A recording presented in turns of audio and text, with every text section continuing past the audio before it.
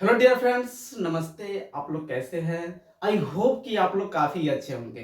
साथियों, आज का क्लास काफ़ी इंटरेस्टिंग होने वाला है और आप लोगों को इस क्लास में काफ़ी मज़ा आने वाले हैं और आप लोग काफ़ी चीज़ सीखने वाले हैं, नई नई जानकारी भी सीखने वाले हैं। डियर फ्रेंड्स, आज हम ये क्लास लेकर आए हैं ईवीएस का। और इस क्लास में आज का जो मेरा टॉपिक है, ये टॉपिक है पेड़ों से दोस्ती। मित्रों, आप समझ गए होंगे कि पेड़ों से दोस्ती की बात हो रही है, तो ये कुल मिलाकर पेड़ पे अर्थात वन से संबंधित ही बातें होंगी।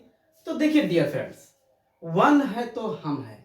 अगर वन नहीं है तो हमारा कोई वजूद नहीं है, हम जीवित नहीं रह सकते हैं।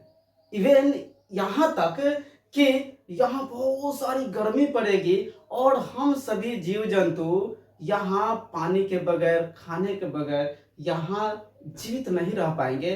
कहने का अर्थ है कि वन नहीं रहने के बाद हम सभी की मृत्यु हो जाएगी, यानी जीवन ही संभव नहीं है। इसलिए वन जो है हमारे जीवन का एक बहुत बड़ा पहलू है। वन है तो हम है, इसीलिए कहा जाता है कि वन है तो हम है। डियर फ्रेंड्स, वन हमें श्वास देता है, वह शुद्ध वायु देता है, वह शुद्ध ऑक्सीजन देता है, जिसके बदौलत हम जीवित हैं। तो डियर फ्रेंड्स, आज हम बात करने वाले हैं इन्हीं वन पे, यानी पेड़ों पे। और ये जो कहानी है, ये कहानी है राजस्थान की। कहाँ की कहानी है? राजस्थान की कहानी है। राजस्थान में एक जगह है जिस जगह का नाम है खेजड़ी। ओके, ये खेजड़ी की कहानी है। और डियर फ्रेंड्स, एक खेजड़ी जगह भी है। और खेजड़ी क्या है? तो फ्रेंड्स, खेजड़ी जो है, देखिए, खेजड़ी क्या है? खेजड़ी ये पेड़ का नाम है। ये खेजड़ी क्या है? खेजड़ी ये पेड़ है डियर फ्रेंड्स। और इसी पेड़ के ऊपर एक कहानी है और बड़ी लाजवाब कहानी है और इससे प्रश्न पूछे जाते हैं फ्रेंड्स। इसलिए आप लोग इस क्लास में बने रहे और इस क्लास का आनंद उठाए। देखिए, ये जो खेजड़ी जो जगह है, यहाँ एक लड़की थी। उसकी नाम थी क्या? अमृता। फ्रेंड्स, ये जो कहानी है, ये लगभग 300 वर्ष पुरानी कहानी है। हुआ यूं कि अमृता बचपन से अपने बगल के गांव में ही, यानी अपने ही गांव में, वह खिजड़ी के पास खेलने जाती थी। और अमृता के साथ साथ उनकी कुछ सहेलियां भी थी। ये सभी लोग वहीं खेला करते थे, वहीं खेलते थे और उस खेजड़ी का आनंद उठाते थे। और सबसे बड़ी बात है, ये जो खेजड़ी जो पेड़ है, ये इसकी फलिया से, इसके फलिया से फलिया से सब्जी बनाई जाती है। यानी जो खेजड़ी है, इसके फल का सब्जी बनाया जाता है। ओके, और इसका जो ये छाल है, इस छाल से दवा बनाई जाती है। दवा बनाई जाती है। फ्रेंड्स, जिस पेड़ की छाल से दवा बनाई जाती हो और जिसके फल सब्जी के रूप में उपयोग किया जाता हो, बताइए यह पेड़ कितना इंपॉर्टेंट है। चाहे वह आपके लिए या मेरे लिए या किसी भी व्यक्ति के लिए यह पेड़ कितना इंपॉर्टेंट होगा, कितना महत्वपूर्ण होगा, उसके जीवन में कितना महत्वपूर्ण योगदान अदा करने वाला होगा। डियर फ्रेंड्स, ये पेड़ काफी ये लाभ देने वाला था। इसलिए अमृता का लगाव इससे बचपन से ही था। और अमृता, सबसे बड़ी बात है कि अमृता डेली, प्रतिदिन वहां जाती थी और पेड़ों के नीचे वह खेलती थी अपने साथियों के साथ और उसका फल भी लाती थी और उसके घर पे उसका सब्जी भी बना करता था। और अमृता के पूरे गांव वाले भी यहाँ जाते थे और वहां से फल लाते थे और इसके ये जो छाल है, इससे दवाइयां बनाया करते थे। समय गुजरता गया। अमृता अब सियानी हो चुकी है, यूं कहे कि वह जवान हो चुकी है। एक दिन की बात है कि अमृता और उसके साथी वहां खेल ही रहे थे। तब तक उन्होंने देखा कि कुछ लोग कुल्हाड़ी लेकर आ रहे थे और आए और उस पेड़, मतलब वह केवल वहां एक ही खजूरी का पेड़ नहीं था, वहां बहुत सारे पेड़ थे। उन लोगों ने उस खजूरी के पेड़ को काटने का प्रयास किया। अमृता दौड़ी दौड़ी गई और उसको बोली कि आप इस पेड़ को नहीं काट सकते हैं। दोनों में काफी बकझक हुई। राजा के आदमी, वह कौन था? वह राजा के आदमी था। और वह क्यों आया था? तो वह खजूरी के पेड़ों को काटने आया था। पता चला कि राजा का महल बन रहा था, जिसके कारण राजा को पेड़ की जरूरत थी, लकड़ी की जरूरत थी। तो राजा अपने आदमियों को खजूरी का पेड़ काटने के लिए भेजा था। अब अमृता और राजा के जो आदमी थे, इन दोनों में काफी बकझक हुई। लेकिन वो तो राजा के आदमी था ना, राजा के आदमी थोड़ा ऐसे ज्यादा हठी होता है और उस पे एक राजा का हाथ रहने के कारण वह अपने आप को सर्वशक्तिमान समझता है। वह अमृता की बात को नहीं माना और वह पेड़ काटने को तैयार हो गया। अमृता भी बहुत हठी थी, वह जाकर पेड़ों से चिपक गई। फ्रेंड्स, पेड़ों से चिपकने के बाद भी अमृता और राजा के आदमियों के बीच बहुत बकझक हुई। वह आदमी जो था अमृता को बार बार कहता था कि तुम यहां से हटो, नहीं तो हम तुम्हें काट देंगे। अमृता बोली, चाहे तो मेरा जान ले लो, लेकिन हम इस पेड़ को नहीं काटने देंगे। देखिए यहां क्या दिखाता है? यहां दिखाता है कि एक मनुष्य को पेड़ से कितना लगाव होना चाहिए। यहां तक कि मनुष्य पेड़ के लिए अपनी जान तक भी दे दे, ऐसा लगाव होना चाहिए। वैसे ही लगाव अमृता का उस खजूरी के पेड़ से था। फ्रेंड्स, यह अंत में यह हुआ कि राजा का वह जो आदमी था, वह पेड़ काटने के लिए वह तैयार हो गया और वह कुल्हाड़ी चलाया, जिसके कारण अमृता के पैर कट गए।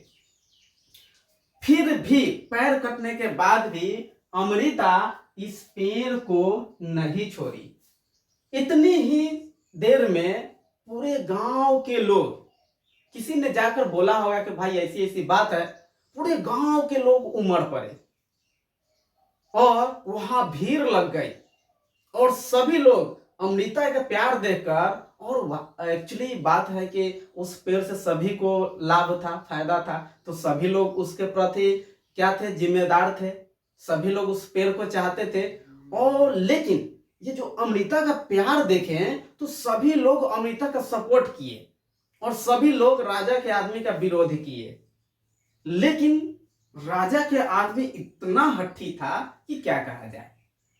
वह कुल्हाड़ी से वार करना शुरू किया। देखिए कितनी बड़ी बात है, पूरे गांव वाले आ गए, फिर भी राजा के जो व्यक्ति था, राजा का जो आदमी था, वह वहां से हटा नहीं और कुल्हाड़ी से वार करना शुरू कर दिया। और फ्रेंड्स, इस घटना में लगभग खेजरी गांव के 300 आदमी मारे गए। 300 आदमी मारे गए। बताइए ये कितनी बड़ी घटना है। जी फ्रेंड्स, किसी भी घटना में 300 आदमी का मरना ये छोटी बात नहीं है। तो यहां इस घटना में खेजरी गांव के 300 आदमी मारे गए। यानी जब वो कुल्हाड़ी से प्रहार करता था तो हो सकता है किसी को गर्दन में लगता हो, किसी को कहीं लगता हो, कोई स्पॉट डेथ ही कर जाता हो। तो वैसे ही हुआ और वहां 300 आदमी मारे गए। फिर भी लोगों ने बहादुरी के साथ राजा के आदमी का सामना किया और अंततः ऐसा हुआ कि राजा के आदमी को वहां से भागना पड़ा। जब राजा इस घटना को जाना, इस घटना के बारे में जब उसको पता चला, तो राजा भी मायूस हो गया, कुछ सोचा समझा और कहा भाई ये हमने अच्छा नहीं किया। राजा भी अंत में आकर उन लोगों से प्रभावित होकर यह घोषणा कर डाला कि इस पेड़ का आज के बाद न तो कोई इस पेड़ को काटेगा और न ही इस क्षेत्र में कोई शिकार करेगा। यानी राजा भी यूं कहा जाए कि उस पेड़ के प्रति संवेदनशील हो गया और इस घटना का उस पर काफी प्रभाव पड़ा, तो उसने स्पष्ट रूप से कह दिया अब कोई खेजड़ी के पेड़ को कभी नहीं काटेगा और न ही यहां कोई शिकार करेगा। तो डियर फ्रेंड्स, ये जो कहानी है ये राजस्थान के खेजड़ी गांव की कहानी है और इसका जो नायिका थी वह कौन थी? अमृता। नायिका कौन थी? अमृता। यानी अमृता अगर वहां नहीं होती तो राजा पूरे बगीचा को, पूरे पेड़ को वहां से काटकर ले जाता और फिर वहां क्या होता? फिर वहां से ये जो खेजड़ी का पेड़ है वह समाप्त हो जाता। तो सबसे बड़ी बात है कि राजस्थान जो है ये रेगिस्तान है। क्या है? ये रेगिस्तान है और रेगिस्तान में खास करके कंटीले पेड़ पौधे होते हैं। कंटीले पेड़ पौधे होते हैं और आज अगर देखा जाए तो आज भी ये जो खेजड़ी का वन है काफी हरा भरा है। ये काफी क्या है?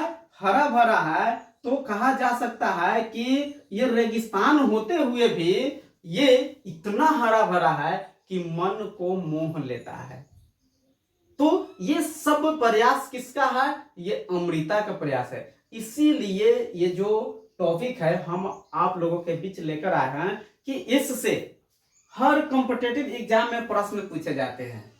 अब प्रश्न आपसे पूछे जाएंगे कि खेजड़ी क्या है? तो खेजड़ी क्या है? खेजड़ी एक पेड़ है।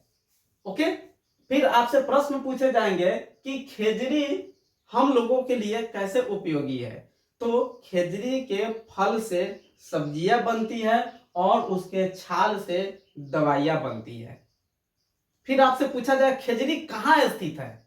तो राजस्थान में। खेजड़ी पेड़ काटने से किसने मना किया या खेजड़ी पेड़ काटने का विरोध सर्वप्रथम किसने किया? तो अमृता ने किया। यह कब की कहानी है? तो यह लगभग 300 वर्ष पहले की कहानी है। खेजड़ी को कौन काट रहा था? तो राजा के आदमी काट रहा था। फिर इस घटना में कितने व्यक्ति मारे गए? तो इस घटना में 300 व्यक्ति मारे गए। या ऐसे पूछा जा सकता है कि राजा ने अंत में क्या घोषणा की? तो राजा ने अंत में यह घोषणा की कि आज के बाद न तो कोई इस खेजड़ी के पेड़ को काटेगा और न ही कोई यहाँ शिकार करेगा। तो डियर फ्रेंड्स, इससे यानी कि खेजड़ी से बहुत से प्रश्न पूछे जाते हैं। ये किसी भी कॉम्पिटिटिव एग्जाम के लिए काफी महत्वपूर्ण है। तो फ्रेंड्स, अब हम आप लोगों से लेते हैं विदा और मिलते हैं अगले वीडियो में और आशा करते हैं कि ये क्लास आपको अच्छा लगा होगा और ये कहानी के माध्यम से जो हमने आपको बताने का प्रयास किया ये आपको याद हो गया होगा। डियर फ्रेंड्स, यदि आपको ये क्लास अच्छा लगा होगा तो प्लीज़ आप इस वीडियो को लाइक करें और मेरे चैनल पे नए हैं तो प्लीज़ सब्सक्राइब करें। मिलते हैं अगले वीडियो में। थैंक यू, धन्यवाद, जय हिंद।